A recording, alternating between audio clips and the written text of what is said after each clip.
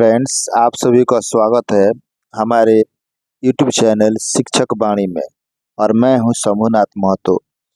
आज शाम को डॉक्टर एस सिद्धार्थ, अपर मुख्य सचिव शिक्षा विभाग, बिहार सरकार द्वारा राज्य के सभी सरकारी विद्यालयों में कार्यरत सभी प्रधानाध्यापक एवं शिक्षकों को तकनीकी आधारित अर्थात ई शिक्षा मोबाइल ऐप के माध्यम से प्रतिदिन उपस्थिति मोबाइल, एंड्रॉयड या प्रधानाध्यापक द्वारा स्कूल एडमिन के माध्यम से उपस्थिति 1 अक्टूबर 2024 से वेतन भुगतान के संबंध में इस प्रकार का पत्र जारी किया गया है कि सभी शिक्षकों का वेतन भुगतान अब ऑनलाइन हाजिरी के आधार पर ही 1 अक्टूबर 2024 से वेतन भुगतान किया जाएगा। ऐसा पत्र जारी किया गया है कि गूगल प्ले स्टोर से ई शिक्षा कोष ऐप से 1 सितंबर 2024 को फिर से दोबारा उसको डाउनलोड करना है और नहीं तो उसे अपलोड करना है। इस पत्र में स्पष्ट रूप से जिक्र किया गया है कि 25 जून से ई शिक्षा कोष ऐप के माध्यम से प्रतिदिन उपस्थिति दर्ज की जा रही है और जिसमें लगभग 4.5 लाख शिक्षक, 80% शिक्षक, प्रधानाध्यापक और शिक्षक इस ऐप के माध्यम से ऑनलाइन हाजिरी बनाया जा रहा है। अब जब यह अपडेट हो जाएगा तो इसमें इस शिक्षा कोष मोबाइल ऐप पर स्कूल एडमिन नामक एक नया विकल्प दिया जा रहा है, जिसके माध्यम से विद्यालय के प्रधानाध्यापक द्वारा भी विद्यालय में उपस्थित शिक्षकों की ऑनलाइन उपस्थिति दर्ज की जा सकेगी। इस प्रकार प्रधानाध्यापक शिक्षक प्रतिदिन उपस्थिति दर्ज करते हुए इस शिक्षा कोष मोबाइल ऐप पर अब 2 विकल्प तथा क प्रधानाध्यापक शिक्षक द्वारा स्वयं के मोबाइल से अथवा विद्यालय के प्रधानाध्यापक द्वारा स्कूल एडमिन के माध्यम से प्रधानाध्यापक शिक्षक उपस्थिति दर्ज की जा सकती है। जब आप इसे 1 सितंबर 2024 को या तो इसे डाउनलोड कीजिएगा या जब अपलोड कर दीजिएगा, इसमें 2 विकल्प आ जाएगा। एक जब आप अपने मोबाइल से जब हाजिरी बना सकते हैं और दूसरा विद्यालय के प्रधानाध्यापक द्वारा, जिन्हें अब स्कूल एडमिन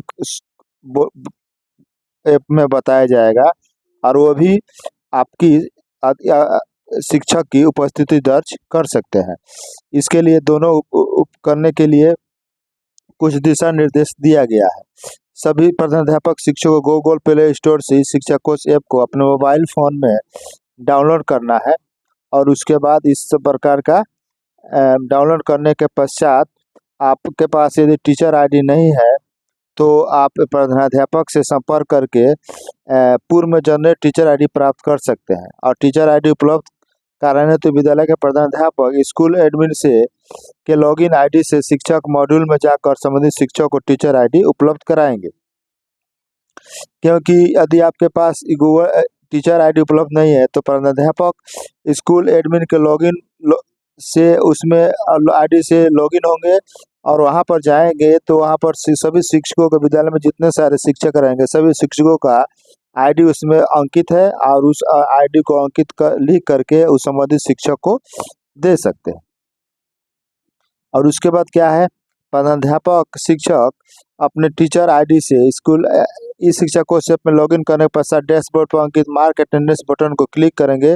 तत्पश्चात मोबाइल की स्क्रीन पर 2 विकल्प आएंगे। विद्यालय प्रांगण में अपनी हाजिरी सेल्फ अटेंडेंस, जिससे अभी वर्तमान में भी सभी शिक्षक बना रहे हैं, और दूसरा है विद्यालय के बाहर की ड्यूटी दर्ज कर मार्क ऑन ड्यूटी दिखाई देंगे, जिसका अनुसार आप अपनी हाजिरी बना सकते हैं। तो इसके बाद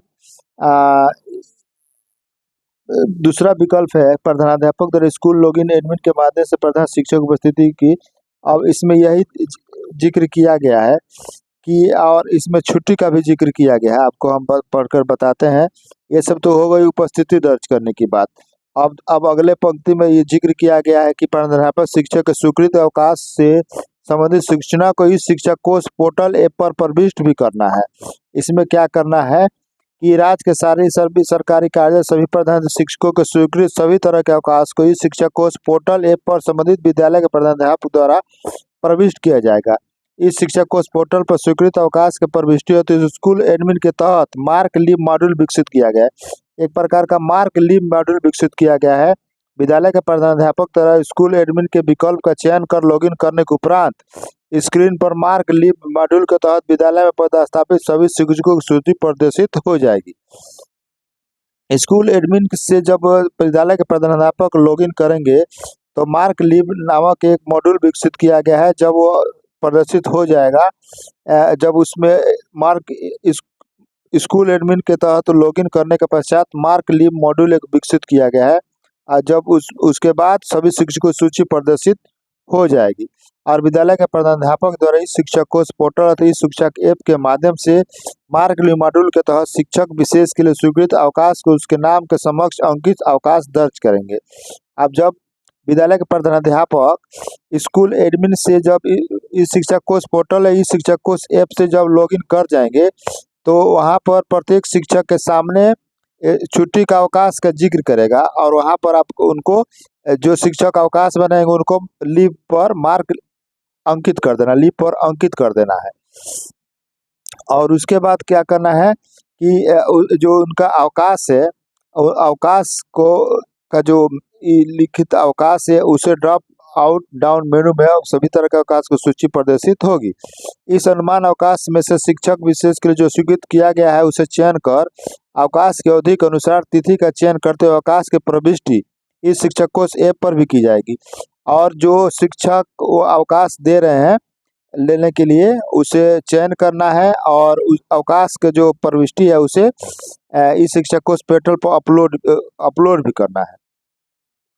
प्रधानाध्यापक के विद्यालय के प्रधानाध्यापक केवल लिखित आवेदन के आधार पर स्वीकृत अवकाश ही शिक्षक कोष पर प्रविष्ट करना सुनिश्चित। लिखित जब तक आप शिक्षक हैं और लिखित अवकाश आवेदन नहीं देते हैं अवकाश के लिए तब तक आपका अवकाश स्वीकृत नहीं माना जाएगा और उस लिखित आवेदन को उसको अपलोड प्रविष्ट भी करना है इस शिक्षा कोष पोर्टल पर और ऐप पर भी।